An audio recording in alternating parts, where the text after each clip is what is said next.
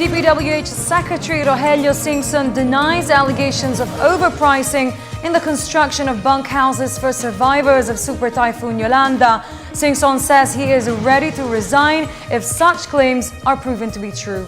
But he adds that there is a possibility of underspecification on the part of contractors who will not be paid if the work is found to be substandard.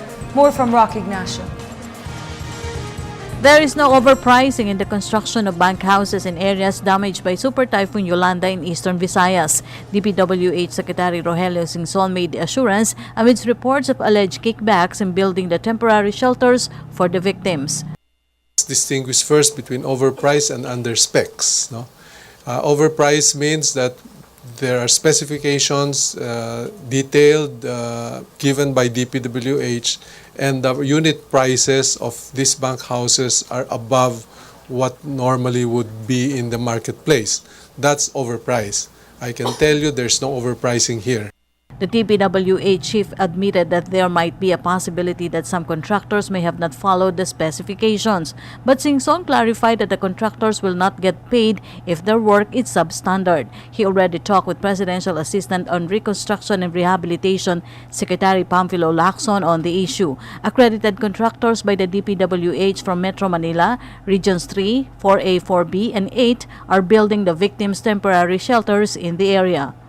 Now, bear in mind that we have not paid any of the contractors yet up to this point, because we only asked them on a voluntary basis to mobilize as quickly as possible. So two things can happen. No?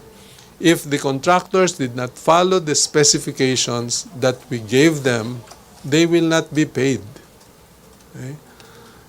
They will not be paid unless correct or rectify to meet our standards. Okay? So whether they want to retrofit to meet our standards or they will not be paid. Singson explained that overpricing is different from substandard. He reiterated that there are three categories in building bunkhouses, such as emergency, temporary, and permanent. If it is overpriced, the following day I will submit my resignation to President Aquino. At present, the government made some adjustments in the construction after meeting some United Nations organizations. The DPWH's original design is to have each bunkhouse accommodate up to 24 families. It was revised to accommodate 12 families after representatives from international agencies suggested that one-room unit is too tight. The 14 million pesos budget for the construction is sourced from the Quick Response Fund and Calamity Fund. The government aimed to accommodate up to 6,000 families in the bunkhouses by end of January. Instead of the original 24 units per bunkhouse, we're knocking out the partition so that one family can now occupy not just 8.64 square meters, but 17.28 square meters per. And that is already acceptable to international standards. No? Because I understand international standards for temporary shelter is about 3 square meters per person. No? Now, if we can go to the next slide. So this is how the 24 units look like. But by reducing it to 12 units, we remove one of the doors and had 2 windows per unit. No? So the concern about ventilation and so on is also addressed. No? Now, of course, people will say this is overpriced and so on and so forth, but let's look at the specifications. We're specifying here a much thicker GI sheet roofing, galvanized. No?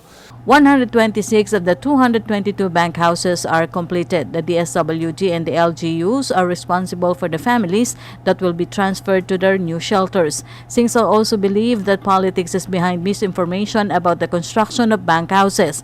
Despite rumors, Singson is elated that the international community is surprised with the early construction of temporary shelters for the victims. What they have said is, in terms of emergency and shelter, they're surprised that they are already seeing construction of temporary shelter this early. No? Because in some areas, they only start with emergency shelter. But in our case, we have started construction of temporary shelters. No? But of course, based on the directive of the President, we've been asked to accelerate the construction of permanent houses as quickly as possible. In other words, from emergency shelter and evacuation centers, the sooner we can start the permanent shelter, the better it is. For the People's Television, Rocky Ignacio.